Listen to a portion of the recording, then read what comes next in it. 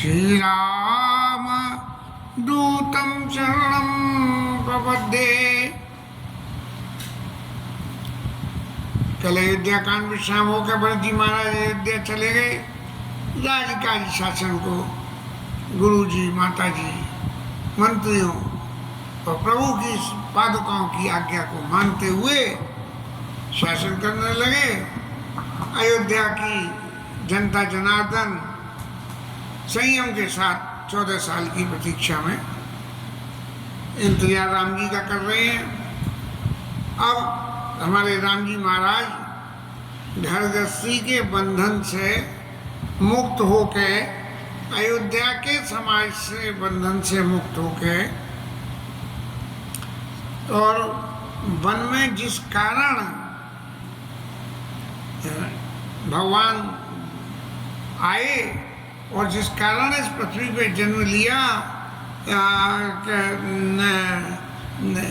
उस उद्देश्य की पूर्ति के लिए अपने लीला चरित्र को आगे बढ़ा रहे हैं, जिसमें अरण्य कांड, किष्किंधा कांड, सुंदर कांड और लंका कांड और फिर उत्तर कांड। इन सब के माध्यम से उत्तर कांड में राम जी ने राज सिंहासन स्वीकार करके और अपने पूर्ववासियों को उपदेश करके अपनी वहाँ से लीला को गोस्वामी जी ने विश्राम दे दिया। और तो कवियों ने या मनीषियों ने बहुत बहुत कुछ लिखा। अब गोस्वामी जी ने लिखा, विप्रधेनु सुर संत हित और लीन मन जी अवतार, निज इच्छा निर्मित तनु माया गुण गोपाल। राम जी महाराज ने देवताओं के लिए सबसे पहले देवताओं और दूसरे नंबर राक्षसों को, गलत कह गया मैं, विप्रधेनु सुर संत ब्राह्मणों के लिए,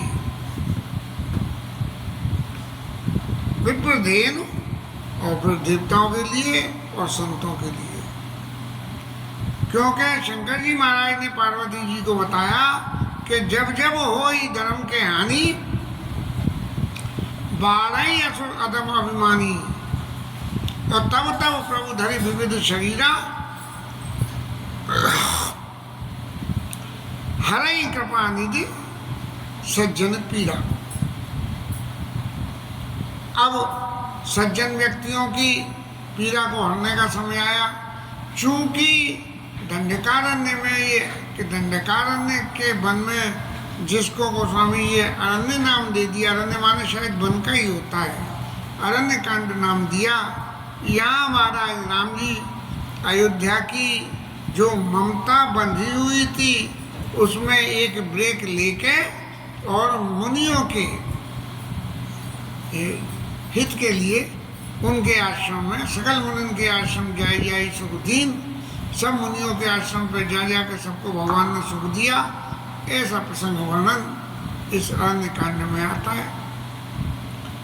भगवान जब जब लीला स्वरूप में अवतार लेके और लीला करते हैं तो कहीं न कहीं लोग भगवान की उस लीला को भगवान के उस प्रत्यक्ष स्वरूप को से मिला देती है।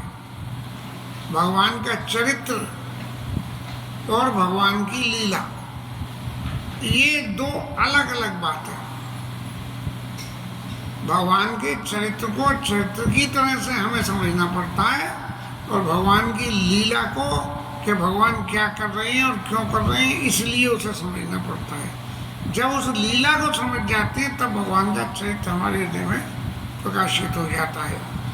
तो इस तरह से यहाँ भी सबसे पहले गोस्वामी जी ने शंकर जी और राम जी की वंदना करी। मूलम धर्म तरो विवेक जलदहि पूर्णेन्दुमानंददम वैराग्याम्बुज भास्करम यगनम तापहम तापम महाम्बो विदौ स्वसंभवम शंकरम। शंकर जी मोह को नाश करने के लिए वंदे ब्रह्मकुलम कलंक शयनम श्रीराम भूप प्रियम। शंकर जी को पहले और दूसरे नंबर पर राम जी को वंदना इस श्लोक के माध्यम से करिए। सांदानंद पयोर सो भगतनुम। अब एक्सक्लूसिव राम जी की वंदना। पीतांबरम सुंदरम पाणो बाण सरासनम कटिसत्तूणीर्वारंबरम राजीवायतलोचनम जट जटाजूटेन संशोभितम सीता लक्ष्मण संयुक्तम पथगतम रामाभिरामं भजे। वो स्वामी जी कह रहे हैं कि राम जी महाराज को जो है धनुष बाण धारण किए हुए, कमल के समान लोचन वाले, जटा का मुकुट धारण किए हुए, लक्ष्मण जी और उनके साथ में वन में जाते हुए ऐसे राम जी का हम भजन करें। और फिर शंकर जी महाराज को एक बात और भी कहनी पड़ी, क्योंकि पार्वती मैया को अब राम जी की उस लीला का दर्शन आ रहा है कि जिस के दर्शन से अगस्त ऋषि के आश्रम में जाकर कथा सुनने के बाद पार्वती मैया को मोह हुआ। तो यहाँ भी अब शंकर जी महाराज पार्वती जी को फिर पहले ही सावधान अब तो कर देते हैं, क्योंकि माताओं का स्वभाव हमेशा संदेहास्पद रहता है, हर बात में संशय करती हैं, तो कहीं फिर कोई संशय न कर लें। तो शंकर जी ने सावधान करते हुए कहा कि उमा राम गुण गुण। हे उमा, राम जी का गुण जो है, राम जी के गुण जो है वो बड़े गूढ़ हैं। अब गूढ़ का मतलब ये है कि ऐसा नहीं है कि हर कोई उन्हें बहुत आसानी से समझ ले। प्रयास करोगे तो समझ में सब आ जाएगा, लेकिन बहुत आसानी से नहीं समझ पा रहे। पंडित मुनि पावहि विरति। जो लोग पंडित हैं, जिनको राम जी के स्वरूप और उनका आवास है, वो उनके इन गुणों को सुन के और उनके चित्त में वैराग्य उत्पन्न होता है कि जब भगवान इतने दयालु हैं और भगवान इतना सब कुछ करते हैं, तो हमें उनका ही आश्रय लेना चाहिए। इसलिए अपने सांसारिक कर्मों से निवृत्ति के लिए भगवान का ध्यान करना चाहिए। तो पंडित मुनि पावहि विरति, और पंडित और मुनि लोग तो जो है वैराग्य की तरफ जाके अग्रसर हो जाते हैं। और पावहि मोह विमूढ़, जे हरि विमुख न धर्म रति। और जो लोग भगवान से विमुख हैं और धर्म के प्रति जिनकी जरा भी आस्था नहीं है, वो लोग उन्हें मोह हो जाता है। कौन सा मोह होता है कि ये वास्तव में राम जी हैं या नहीं है, ये लीला कर रहे हैं तो वास्तव में ये राम जी की लीला ही है क्या जो है कुछ और है। हमारे पास में यादव जी महाराज रहते हैं, वो तो कहते हैं कि तुलसीदास महाराज ने गबड़ गंडगोल जी ने क्या क्या उल्टा सीधा लिख दिया, सब झूठे, उनकी बातें सब बेकार है। इस बात पे मैं थोड़ा सा मैंने कहा, मैंने यादव जी आप जाओ, आपको विश्राम की ज़रूरत है, और ये इतनी जो रामचरितमानस की और राम जी के चरित्र की पूजा होती है तो ये ऐसे ही थोड़ी होती है। अब वो यादव हैं और उपासक निश्चय या यदुवंश में की उपासना करते होंगे, तो वो जो है जो भी कुछ हुआ, लेकिन देखे बड़ा आश्चर्य होता है कि कैसे कैसे लोग भगवान के ऊपर मोह में फंस जाते हैं कि पावहि मोह विमूढ़, जे हरि विमुख, जो भगवान से विमुख है, धर्म के प्रति जिनकी आस्था नहीं है। अब पुरन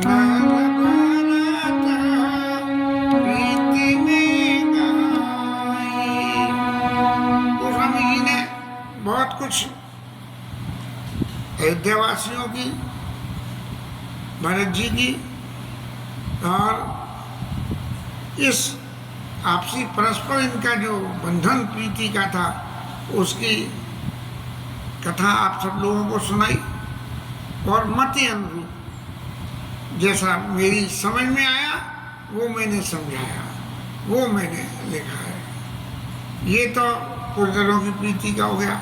अब जब वन की लीला शुरू हो रही है तब वन की लीला में अब पार्वती, आप सुनो, करत जी वन सुर नर मुनि भावन।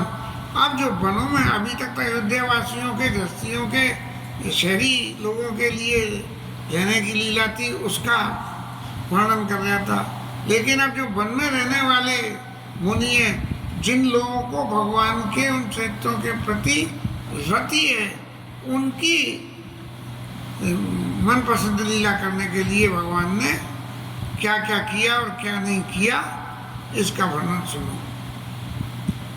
जयंत महाराज की कथा आती है।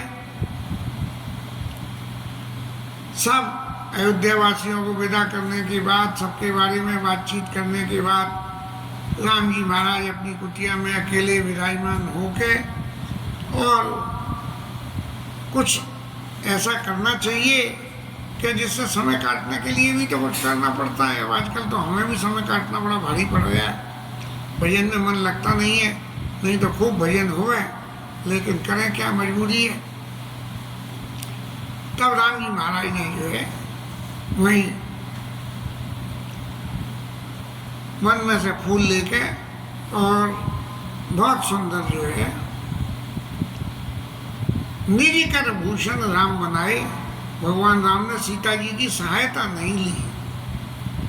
अब कहने को तो ये हो जाता है कि भाई दशरथ जी ने वन में भेजा और वनवासियों की तरह से रहना था, लेकिन महाराज यहाँ राम जी महाराज पत्नी के श्रृंगार के लिए आभूषण निर्माण कर रहे हैं फूलों के। क्यों कर रहे हैं? जिससे कि इस वन में रहने वाले ऋषि मुनियों के अलावा जो और गैर लोग हैं वो पीछे कहीं हमारी लीला में विक्षेप न करें, तो पहले उनका दुष्टों का सुधार करो। और उनका सुधार करने के लिए उन्होंने ये लीला रची कि निजी कर भूषण राम बनाए, और फिर क्या करा, सीताई पाई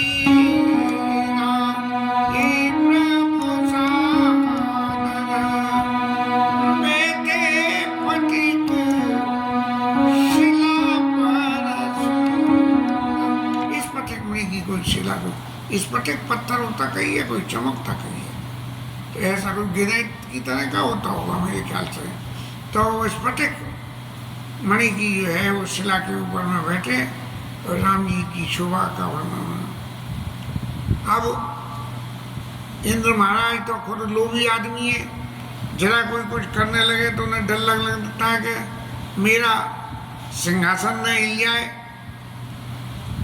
तो जैसे महाराज इंद्र, ऐसे ही उनकी वंशावली में जयंत महाराज, उनके इंद्र के पुत्र जयंत। अब जब भगवान ने देवताओं को ये भरोसा दे दिया कि अब निर्भय हो जाओ, तो जयंत महाराज भी जो है वन में जाकर डोलने लगे।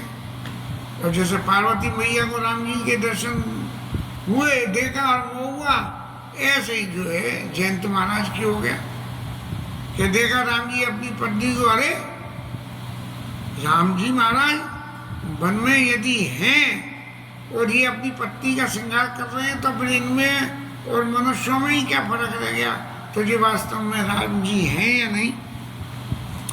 तो पावई मोह विमूढ़, जो मोह जो है मूढ़ लोग होते हैं उनको बहुत जल्दी मोह हो जाता है, जरा सी बात को तिल का ताल बना देते हैं। और ऐसे जो है जयंत महाराज ने राम जी के चरित्र को देख के और तुरंत उनके मन में मोह आ गया, तो बोले कि क्या करें। अब पार्वती मैया ने तो जाके शंकर जी से कहा कि महाराज आपने, नहीं पार्वती मैया ने नहीं कहा, जब पार्वती मैया को संशय पैदा हुआ तब शंकर जी ने कहा, क्योंकि शंकर जी सब कुछ जानते हैं, त्रिकालज्ञ हैं, तो शंकर जी ने ये कहा कि भाई ऐसा मोह न करो। लेकिन यहाँ जयंत महाराज के क्या हुआ कि इनको तो कोई समझाने वाला ही नहीं था, ये तो खुद ही इंद्र महाराज तक मोह में फंस जाते। हमारे कन्हैया लाल के मोह में फंस के खूब बारिश करी और अन्नकूट 56 भोग की लीला ब्रज में हुई। तो ऐसे ही जो है जयंत महाराज को यहाँ समझाने वाला कौन था, तो उन्होंने कही कि भाई किसी दूसरे से पूछने की जरूरत नहीं है, भगवत विषयक संशय जब कभी भी हो तो ऋषि मुनियों के पास, संतों के पास जाके पूछना चाहिए। अपने मन से कभी भी भगवान की परीक्षा लेने की नौबत नहीं लानी चाहिए, नहीं तो उसका परिणाम चाहे जो कुछ भी हो, लेकिन उस परिणाम को पाने के लिए हमें बहुत कुछ छोड़ना या नुकसान उठाना पड़ता है। ऐसा ही जयंत महाराज के केस में हुआ। जयंत महाराज ने जो है देखा कि क्या है, तुमने कही कि अगर ये मनुष्य है तो मैं ठहरा कौआ, वो कौए का वेश रख लिया, क्योंकि कौए की उड़ान बहुत लंबी होती है और बड़ी तेजी से उड़ता है और झपट्टा मार के उड़ता है। तो ऐसे ही इसने जो है उद्यम करा कि सीता मैया के चरणों में चोंच मारी और मार कर भाग गए, क्योंकि ये मांसाहारी पक्षी है, इसलिए इसकी चोंच में बहुत दम होता है, मांस के टुकड़े टुकड़े कर देता है। तो सीता मैया के चरणों में जो है चोंच मार के भाग गए महाराज। अब भाग गए तो उनके जो है सीता मैया के रक्त प्रवाह हुआ। राम जी ने देखा और देख के, चूंकि उन्हें जयंत का सुधार करना था, राम जी जीवन में हमेशा जो कोई भी उनका विरोध करना चाहे, उनका विरोध करना चाहे या उनके बारे में संशय रखे तो तुरंत उस संशय का निराकरण का उपाय कर देते हैं। तो महाराज ने, राम जी महाराज ने एक बाण लेके, वो बाण के आगे जो फल लगा होता है, बिन फल बाण राम ते मारा, तो वो जो है बिना फल का बाण एक चला दिया।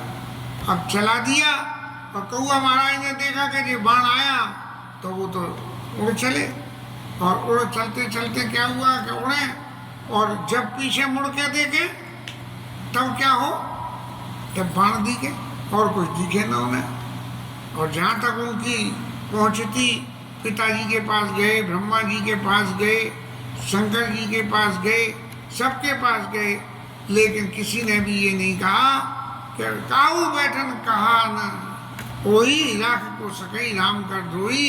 जब उसने बताया कि मैंने ऐसे ऐसे चोट मारी है, तो बोले ना भैया, तेने बड़ा गलत काम किया, हम तुझे प्रोटेक्शन नहीं दे सकते हैं। तब महाराज भागे भागे फिर रहे थे, तभी जो है नारद बाबा जो है नारायण नारायण करते हुए आए। देखा नारद बाबा का काम तो यही है कि जिधर जिसको दुख तकलीफ दिखे उसी के पास पहुंच जाओ और उसे भगवान का हाथ से लेके तकलीफ के निराकरण करने का रास्ता उसके सामने रख दो, जिससे कि वो जो है उसका निराकरण हो जाए। और संतों का सबसे बड़ा गुण यही है, संतों को कोई भी सिद्धि मिल जाती है तो फोकट में बांटते हैं, और इंसानों को यदि कोई सिद्धि मिल जाती है तो वो उससे पैसा खड़ा करते हैं। तब नारद जी महाराज ने देखा कि जी जयंत महाराज भगे भगे कहाँ जा रहे हैं, तो उनसे पूछा, तब उन्होंने बताया। तब नारद जी ने कही कि यदि मेरी माने तो मैं एक बात बताता हूँ, और वो बात क्या, पठवा तो राम पंथाई। बोले देख, तूने राम जी से विरोध करना चाहा, और विरोध करने के बाद तू इधर उधर भागता कहीं भी फिर ले, लेकिन तेरे को कोई बचाने वाला नहीं होगा, इसलिए तू वापस राम जी की शरण में चला जा।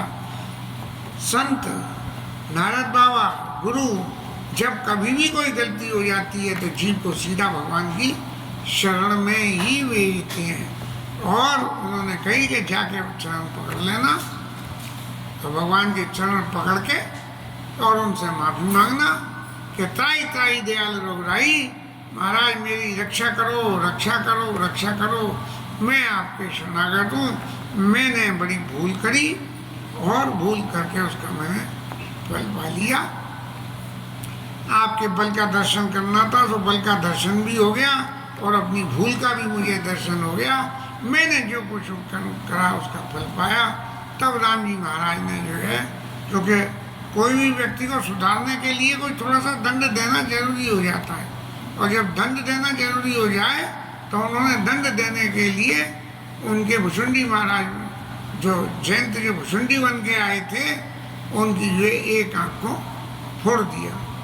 बोले तू दो आंख से दिखता था ना, तो जीव और ब्रह्म दोनों दिखते थे, और मेरा दर्शन करा दिखे तुझे ब्रह्म, और आंख ने समझाया कि ये जीव है, और तेने परीक्षा ली, इसलिए एक वो आंख ही फोड़ दो जिससे कि मैं तेरे को जीव दिख जाऊं, तेरे को हमेशा मैं ब्रह्म ही दिखता रहूं। इसलिए उसकी एक आंख जो है फोड़ दी, और फोड़ के और आंख फोड़ के और उसको विदा कर दिया।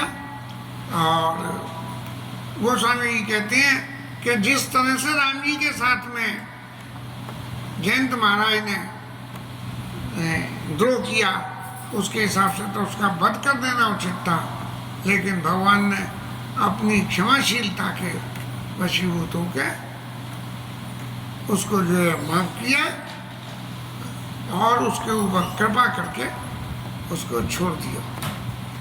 इस तरह से एक चरित्र का वर्णन, जो दुष्ट लोगों के सुधारने के एक चरित्र का वर्णन गोस्वामी जी ने करके अब ऋषि मुनियों के आश्रम की लीला को आगे बढ़ाते हुए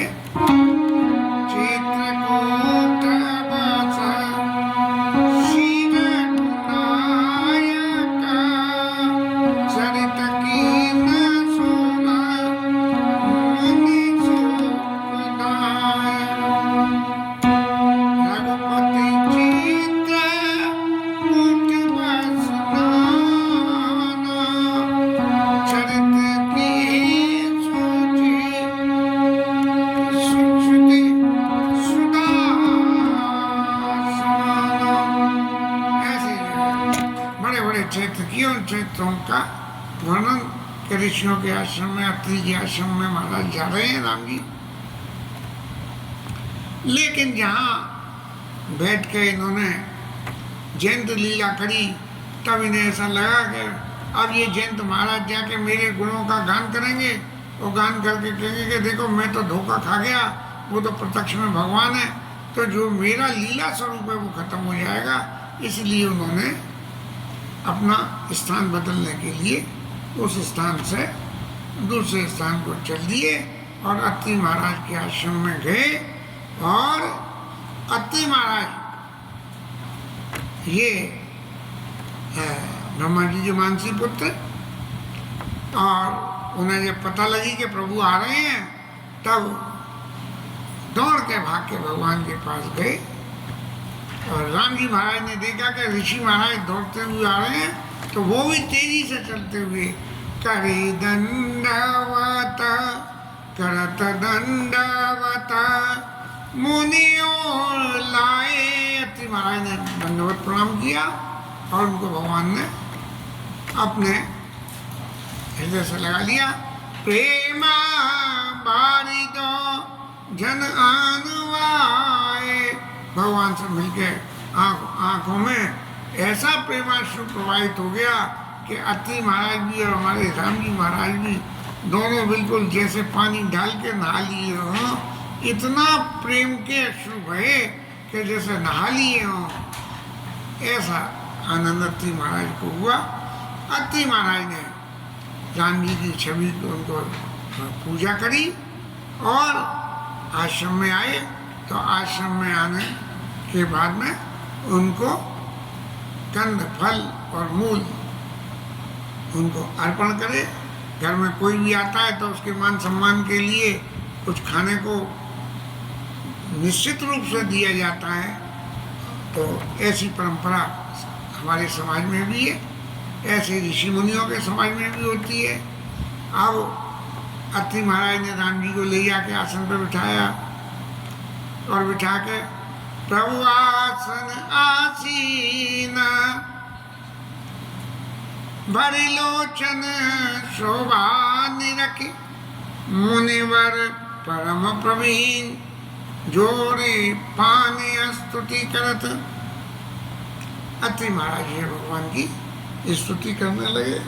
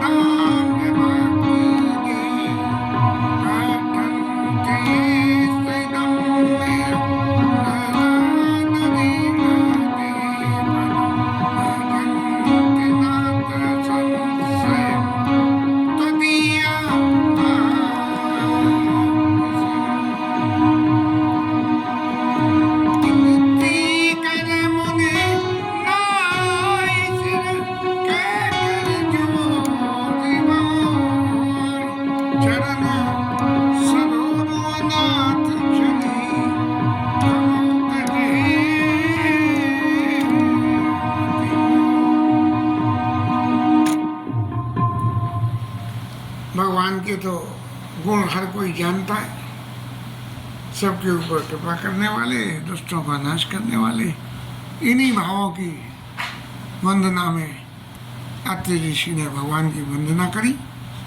और वंदना करने के बाद हमेशा ऐसा ही होता है, भगवान की जब हम आरती वंदना कुछ भी करते हैं तो उन वंदना करने के बाद एक सहज प्रक्रिया है कि प्रभु हमने आपकी वंदना करी है और वंदना करने के बाद हम आपसे कुछ मांगना चाहते हैं और ये चाहते हैं, सांसारिक लोग संसार मांगते हैं और मुनि देवता लोग जो भगवान की भक्ति मांगते हैं। तो चरण सरोवर वो नाथ जनी कबहू तजय मति मोर। हे प्रभु, आपके चरण कमलों को मेरा मन कभी भी जो है छोड़े ना, हर वक्त आपके चरणों में मेरा मन लगा रहे, ऐसी वो जो है भगवान के सामने याचना रखी और राम जी ने इसको दिया। इसके साथ में ये अत्रि जी की वंदना के साथ में ये कथा विश्राम, अनसुईया लीला की कथा कल।